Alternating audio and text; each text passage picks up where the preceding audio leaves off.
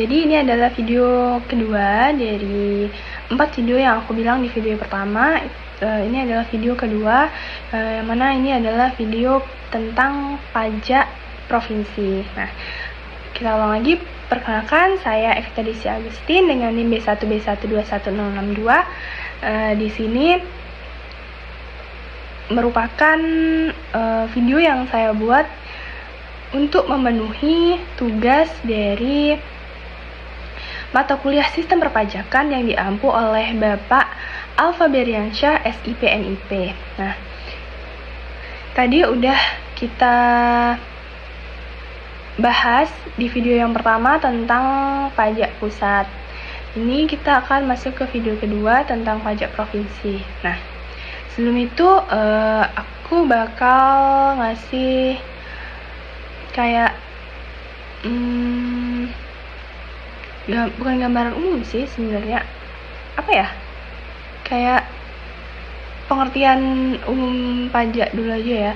Nah, pajak itu merupakan kewajiban yang harus dibayarkan kepada negara atau diberikan kepada negara dari individu atau entitas bisnis berdasarkan peraturan hukum yang bersifat mengikat. Nah, atau ini secara mudahnya itu tuh kayak sesuatu yang wajib gitu selama kita memenuhi unsur-unsur dari wajib pajak. Nah, jadi ini kalau misalnya kita memenuhi unsur-unsur wajib pajak, ya kita wajib membayar gitu.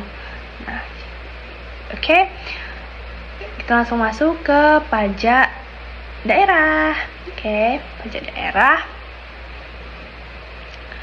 Pajak daerah itu merupakan kontribusi wajib kepada daerah yang terutang oleh orang pribadi atau badan yang bersifat memaksa berdasarkan undang-undang dengan tidak mendapatkan imbalan secara langsung. Nah, dan digunakan untuk keperluan daerah bagi sebesar-besarnya kemakmuran masyarakat, kemakmuran rakyat. Nah, jadi nggak jauh beda dari pengertian umum pajak nasional ya. Ini sama-sama merupakan kontribusi wajib, tapi kontribusi wajibnya itu bukan ke negara langsung gitu, ini ke daerah. Nah, jadi uang pajak ini digunakan atau diberikan kepada daerah yang akan kembali lagi ke masyarakat daerah sebagaimana untuk memakmurkan rakyat di daerah tersebut. Nah, bagi pemerintah daerah, pajak itu berfungsi sebagai sumber utama pendapatan atau budgetary function. Budgetary function. Aduh, bodoh. Bagi pemerintah daerah, pajak itu berfungsi sebagai sumber utama pendapatan atau budgetary function. Dan juga sebagai instrumen pengaturan atau regulatory function. Nah, pajak ini merupakan instrumen atau sumber pemasukan bagi pemerintah daerah. Nah, pajak ini memiliki peran dalam mendanai berbagai kegiatan pemerintahan daerah seperti mendukung administrasi publik, membiayai pembangunan dan perbaikan infrastruktur, menyediakan layanan pendidikan, kesehatan, mendukung anggota kepolisian, serta mendanai inisiatif pemerintah daerah dalam memenuhi kebutuhan yang bersifat publik dan tidak dapat ditangani oleh sektor swasta. Tidak dapat ditangani oleh sektor swasta karena sektor swasta itu merupakan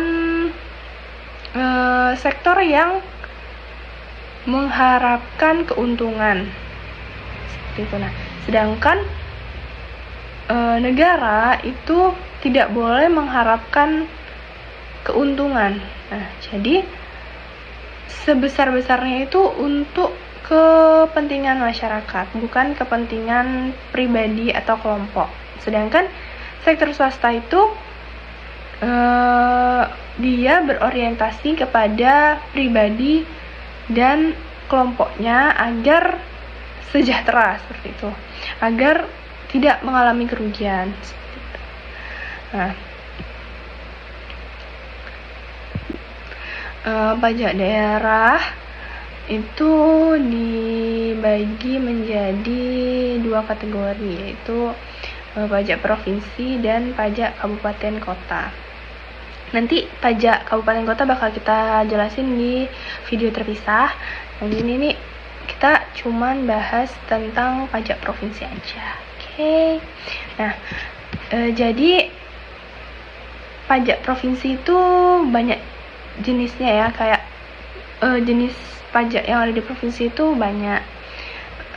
Kalau dalam Undang-Undang Nomor 23 Tahun 2000 dan Peraturan Pemerintah Pendukung, yaitu Peraturan Pemerintah Nomor 65 Tahun 2021 tentang pajak daerah dan retribusi daerah, itu menjelaskan tentang perbedaan antara jenis pajak daerah yang dipungut provinsi dan jenis pajak yang dipungut oleh kabupaten kota. Jadi ada kayak sedikit perbedaan dari pajak yang dipungut provinsi, kabupaten, dan kota.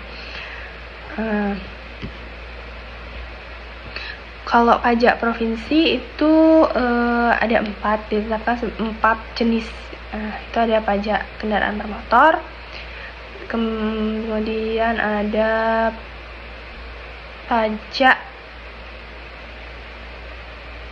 kendaraan di atas air. Itu pajak kendaraan motor sama kendaraan air itu jadi satu ya, dalam peraturan itu disebutinnya. Nah, terus ada pajak biaya balik nama kendaraan bermotor dan kendaraan di atas air itu. Terus ada pajak bahan bakar kendaraan bermotor. Nah, yang keempat ada pajak air permukaan. Kemudian ada juga pajak rokok. Ya, pajak rokok. Oke.